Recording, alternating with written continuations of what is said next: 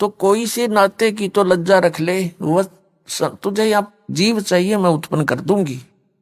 लेकिन इसने एक नहीं सुनी, अपने ही नख रेखा से, नख नाखूनों से, क्योंकि ये वचन शक्ति जो होती है अध्यात्म, ये बहुत बड़ी प्रबल होती है। इसको हम भौतिक विज्ञान से नहीं तोल सकते, उससे नापने की भी चेष्टा नहीं करनी चाहिए। ऐसे कैसे हो गया, ऐसे कैसे हो गया। परमात्मा ने क्या किया था कि उस लड़की के प्रजनन इंद्री नहीं लगाई थी, और लड़की इसलिए बनाया था कि इसकी नीयत और देख लूं यो कितना बढ़िया आदमी है।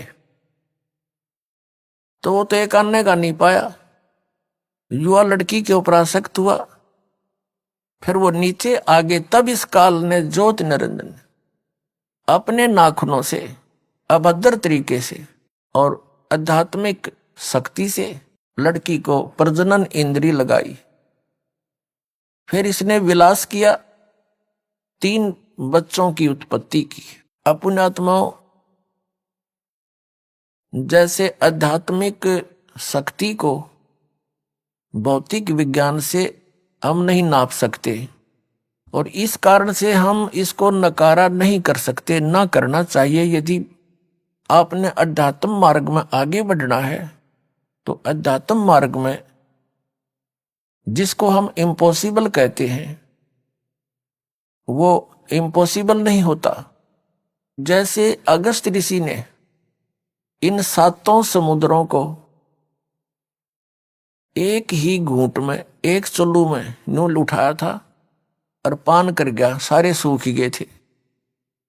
तो आज की भौतिक विज्ञान इस बात को मान सकती है, वो ना मानने ना मानने दे, पर यदि आपने इस भक्ति मार्ग पर आगे बढ़ना, ये सारी सच्ची समझना।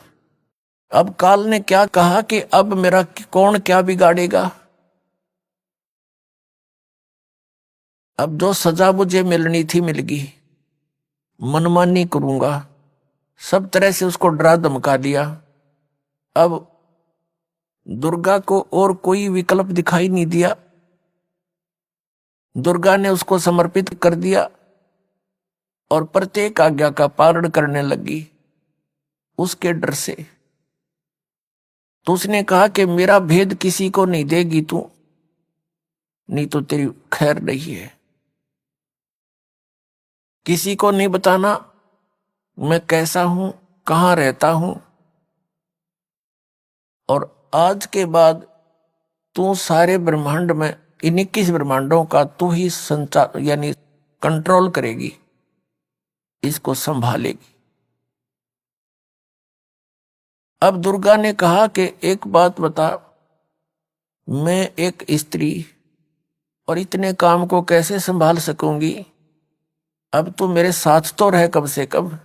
तो उसने कहा कि नहीं, मैं ऐसे स्थान पर रहूंगा वहां कोई नहीं जा सकता, और वहां पर तू भी मेरी ही आज्ञा और वचन से ऊपर आ सकती है, अन्यथा तेरी भी हिम्मत वहां आने की नहीं होगी, ऐसी व्यवस्था करूंगा। अब दुर्गा के पास कोई विकल्प नहीं था, अपने पैर पर आप कुआड़ा मार के आई थी, सारी बात स्वीकार कर ली। कहा कि मेरा भेद मत देना। अपने आत्माओं, जैसे आप सुनते रहे हो, जैसे ब्राह्मण लोग बच्चों का विवाह कराते हैं, जब उनके फेरे कराते हैं, हमने खूब सुना करते हम, वो क्या कहा करते, सटाट यहां से करा करते, काश्यप गोत्रा काश्यप गोत्री। तो हमारे कोई बुद्धि में नहीं आया करते, हमने सोचा इनका कोई सेंटेंस श्लोक होगा, ऐसे बोलते ही।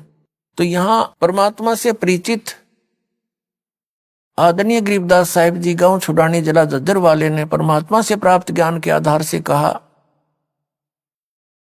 कि काश्यप गोत्रा और काश्यप गोत्री पंडित शाखा लाया, और कोई तत्वेता ज्ञानी जाने, वो बाण बहन ब्याह घर लाया। अब एक ही गोत्र की शुरू में ही बोलता है ब्राह्मण, फेरे कराने वाला काश्यप गोत्रा काश्यप गोत्री, तो दोनों बाण भाई तो शुरुआत बढ़ा दिए उसने। तो यहां गरीबदास जी कहते हैं काश्यप गोत्रा काश्यप गोत्री पंडित शाखा लाया, यानी उस पंडित ने ये वचन बोला और कोई तत्वेता ज्ञानी जाने बहन ब्याह घर लाया। एक समय ये दास एक किसी प्लाट के सिलसिले में किसी के साथ कोर्ट में गया हुआ था, तहसील में। पहले की बात है जब सर्विस करता था। तो वहां एक नंबरदार था जो वहां गवाही गुई देते हैं, वो वहां रहते हैं तकरीबन। तो वहां कोई बात चल रही थी उनकी किसी पॉइंट पे। वहां कोई केस था, किसी लड़की ने अपने ही किसी गोत्र के लड़के से कोई विवाह करने की चेष्टा की थी, तो वहां जिक्र चल रहा था। तो वो पंडित वो कह रहा था, वो नंबरदार कह रहा था कि भाई मेरे 3 ब्याह हो लिए। नो बोला मेरे तीसरा ब्याह ही है। पहले वाली से एक बच्चा हुआ था, उसकी मृत्यु होगी, फिर दूसरा विवाह करा हुआ भी ऐसे किसी कारण से नहीं साथ रह पाई, उसकी भी मृत्यु होगी। और तीसरा ही करवाया है 10 एक वर्ष तक। तो तीनों बार पंडित ने अंबान भाई तो शुरुआत बना दिए थे, कश्यप गोत्रा कश्यप गोत्री। आप ना याद होता आप भी दान कर लियो, ऐसा वो कह रहा था। तो फिर तो सब का याद आवे, वो बोले वचन। और पंडित जी भी वहीं खड़ा था एक। तो उससे पूछ रहे थे भाई पंडित जी नो क्यों कहते हो तुम? वो बोला हमने नहीं पता, हमारे सारे कहते हैं, हम भी ऐसे कहते हैं। तो यहां परमात्मा ने बताया है, गरीबदास साहिब जी ने कहा है कि काश्यप गोत्रा काश्यप गोत्री पंडित शाखा लाया, कोई तत्वेता ज्ञानी जाने बाण ब्याह घर लाया। तो ये वहां से बिजली गिरी है या फिर यहां आकर हमने अपनी मर्यादा आप बना रखी है। उस सतलोक की नजर में, उसकी दृष्टिकोण से अगर यहां देखें तो ये ऐसा स्थान है जैसे पहले भारतवर्ष के अंदर कोई निकम्मे व्यक्ति और निकम्मी औरतें बिल्कुल बाज नहीं आया करती, गलत काम करते हैं, चोरी ते ठगी ते जारी ते और किसी अन्य कारणों से, तो उनको सजा दी जाती थी। इंडोमान निकोबार नाम का एक द्वीप है समुद्र के बीच में, उसको काला पानी कहा करते थे। उस काले पानी में छोड़ आया करते उनको कि ये यहां रहेंगे तो और समाज खराब करेंगे, तो औरतों को भी और उन व्यक्तियों को भी जो घने निकम्मे टाइप के थे, उस इंडोमान निकोबार नाम के द्वीप में छोड़ कर आया करते थे। तो वहां फिर वापस आने का विकल्प नहीं, उनके पास कोई साधन नहीं था। तो वहां जैसे भी उन्होंने रहना था, कोई किसी ने कुटो छेतो, कोई किसी की इज्जत लूटो, कोई किसी का खसोट लाओ, है वहां ठाडे का राज। तो वहां फिर इस प्रकार से हजारों सैकड़ों की संख्या में व्यक्ति वहां रहने लगे। तो उन्होंने अब ऐसे जैसे तैसे अपना संतानें उत्पन्न करनी शुरू कर ली। धीरे धीरे अब वहां एक देश का रूप धारण हो गया। तो ये जो स्थान आप रह रहे हो 21 ब्रह्मांड, ये सतलोक से हम काले पानी भेज रखे हैं। यहां हमने आप पे फिर अपनी व्यवस्था बना रखी है, मर्यादाएं बनाई जीने के लिए, नाते गोत बनाए यहां पर रहने के लिए। तो परमात्मा हमें याद दिलाना चाहते हैं कि तुम इस गलत स्थान पर रह रहे हो, ये स्थान रहने का कौन है। अब प्रसंग उसी पर आते हैं। अब इस काल भगवान ने फिर अपनी सृष्टि अलग से रचना की। कैसे रची इसने? परमात्मा से प्राप्त उन 5 तत्वों से और 3 गुणों से अन्य रचना की। सबसे पहले इसने 3 पुत्रों की उत्पत्ति की। दुर्गा को अपनी पत्नी रूप में बनाकर इस काल भगवान यानी सरपुरुष को अब काल भगवान कहने लगे, क्योंकि काल प्रभु ब्रह्म भी इसी को कहते हैं, सरपुरुष भी इसे कहते हैं।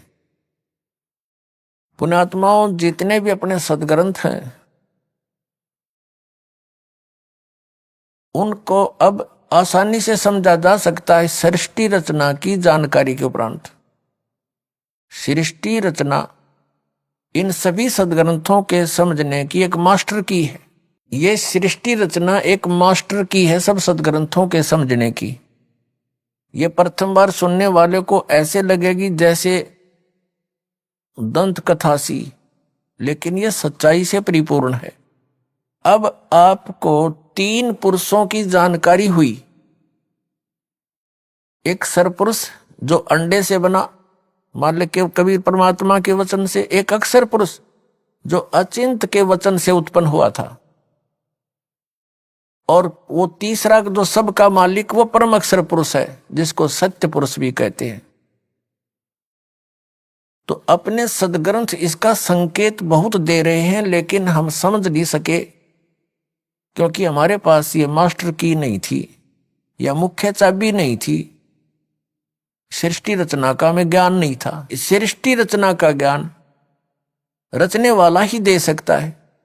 तो उस परम अक्षर ब्रह्म सतपुरुष कबीर जी ने आकर के हमें यह सृष्टि रचना का ज्ञान दिया, और उस ज्ञान को दास अब आपके रूबरू कर रहा है, आपके समक्ष पेश कर रहा है, और सभी सदग्रंथों से प्रमाणित कर रहा है। अब थोड़ा सा आपको इन तीनों पुत्रों की उत्पत्ति बता करके फिर सदग्रंथों का रेफरेंस देंगे, आसानी तो समझ में आओगा। इस सृष्टि रचना के अंदर और इस सारे अध्यात्म ज्ञान को समझने के लिए आप जी को एक चित्र दिखाते हैं जो आसानी से समझ में आओगा। देखिएगा, ब्रह्मांड का चित्र है। ये देखिए, ये एक ब्रह्मांड है इतना,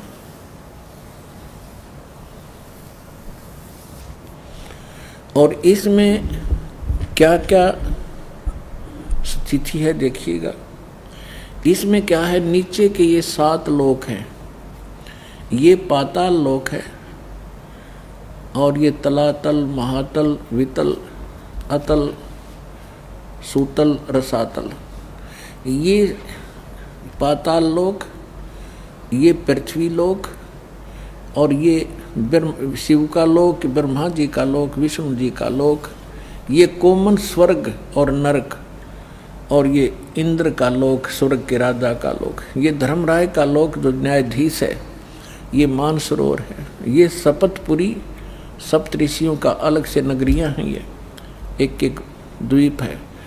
और ये है ब्रह्मलोक, ये सारा ब्रह्मलोक है। इस ब्रह्मांड के अंदर ही ये ब्रह्मलोक है। और इस ब्रह्मलोक के अंदर इस काल ने एक और जाल फैला रखा है। एक ये तो महा इंद्र का द्वीप है, ये ब्रह्मलोक है जिसको महास्वर्ग कहते हैं।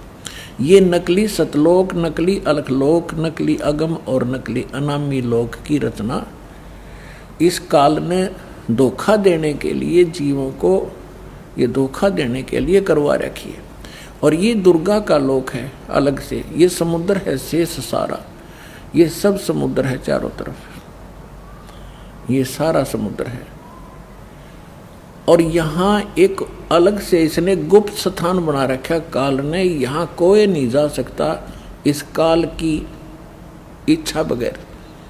यहाँ इसने 3 स्थान बना रखे हैं। इस स्थान पर ये 3 ऐसे लंबे चौड़े क्षेत्र हैं। ये वैसे दिखा रखे आपको, ये बहुत हजारों किलोमीटर, हजारों कोस का क्षेत्र है।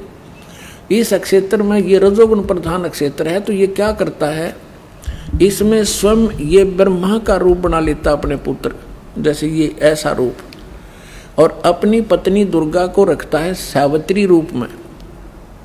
इन दोनों के योग से, पति पत्नी व्यवहार से जो पुत्र उत्पन्न होता है वो ऐसी शकल का और इसी विचारों का बन जाता है। ये तब तक इसी में रहते हैं जब तक इसका जन्म ना हो ले, और फिर उसको वहीं परवरिश के लिए रख देते हैं, कोमा में रखते हैं।